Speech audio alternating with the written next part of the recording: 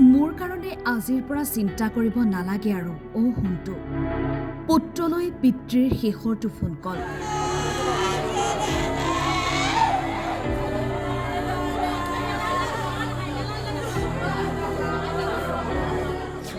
অৱশেষত ব্ৰিজৰ তলত উদ্ধাৰ ধৰ্মেন্দ্ৰ গগৈৰ মৃতদেহ। পত্নী পুত্ৰৰ ভোকৰ ভাতকেইটা প্ৰয়োজনীয় সামগ্ৰী কেইপদৰ অভাৱ নহওক বুলিয়ে কৰ্মসংস্থাপন বিচাৰি বহিৰাজ্যলৈ ওলাই যোৱা লখিমপুৰৰ বগীনদীৰ লামুগাঁৱৰ ধৰ্মেন্দ্ৰ গগৈৰ সৈতে বহিৰাজ্যত কৰুণ ঘটনা।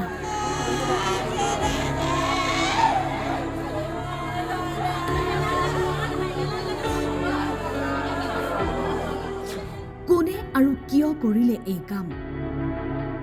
পুত্ৰলৈ ফোন কৰি ধৰ্মেন্দ্ৰ গগৈয়ে এফালৰ পৰা কৈ গৈছিল ঘৰলৈ আহিবলৈ ট্ৰেইনত উঠাৰ সময়ত কি হৈছিল তেওঁৰ সৈতে। কোনোবাই খেদি ফুৰিছিল ধৰ্মেন্দ্ৰ গগৈক, কিন্তু কোনে আৰু কিয় খেদি ফুৰিছিল একো নাজানে পুত্ৰই। সেই ফোন পোৱাৰ পিছতে ধৰ্মেন্দ্ৰ গগৈক উদ্ধাৰৰ বাবে তামিলনাডুলৈ উৰা মাৰিছিল ধৰ্মেন্দ্ৰ গগৈৰ পৰিয়ালৰ লোক। পিছে সুকলমে উদ্ধাৰ কৰিবলৈ যোৱা ধৰ্মেন্দ্ৰ গগৈক পৰিয়ালৰ লোকৰ হাতত গুজি দিছিল তামিলনাডু আৰক্ষীয়ে এখন বিশেষ ফটো।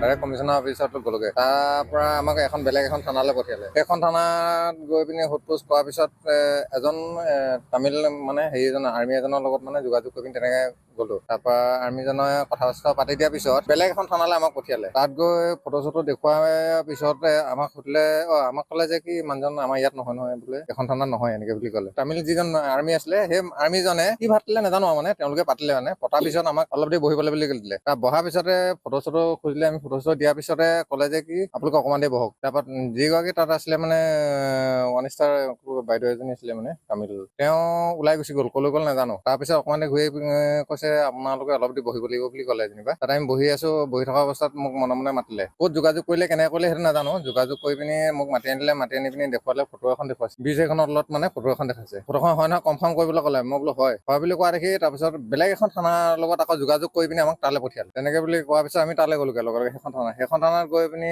সোধ-পোছ কৰাৰ পিছত প্ৰায় আপোনাৰ ৰাতি 11-12 বাজি গ'লগে। তাতে থাকিলো। সেইদিনাখনি আমি আৰু একো খা খবৰ নাপালো। 3টামান বজাত কি কৰিলে নাজানো, মুঠৰ কাগজ পত্ৰবিলাক পোৱাৰ পিছত ক'লে কি এতিয়া আপোনালোকে আমাৰ লগত যাব লাগিব। সেইবুলি কৈ আমাক লৈ গ'ল মেডিকেলত নি পিনি ডাইৰেক্ট মেডিকেলতে দেখাইছেগৈ গৈ পিনি। হঠাৎ যেন সকলো সলনি হৈ গ'ল। তামিলনাডু আৰক্ষীয়ে পৰিয়ালক চঞ্চালে ধৰ্মেন্দ্ৰ গগৈৰ মৃতদেহ।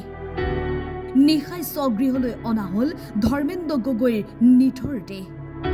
ধৰ্মেন্দ্ৰ গগৈৰ মৃতদেহ ঘৰলৈ অনাৰ পিছতে পৰিয়ালত উঠিছে কান্দোনৰ ৰোল, অবৰ্ণনীয় পৰিস্থিতি।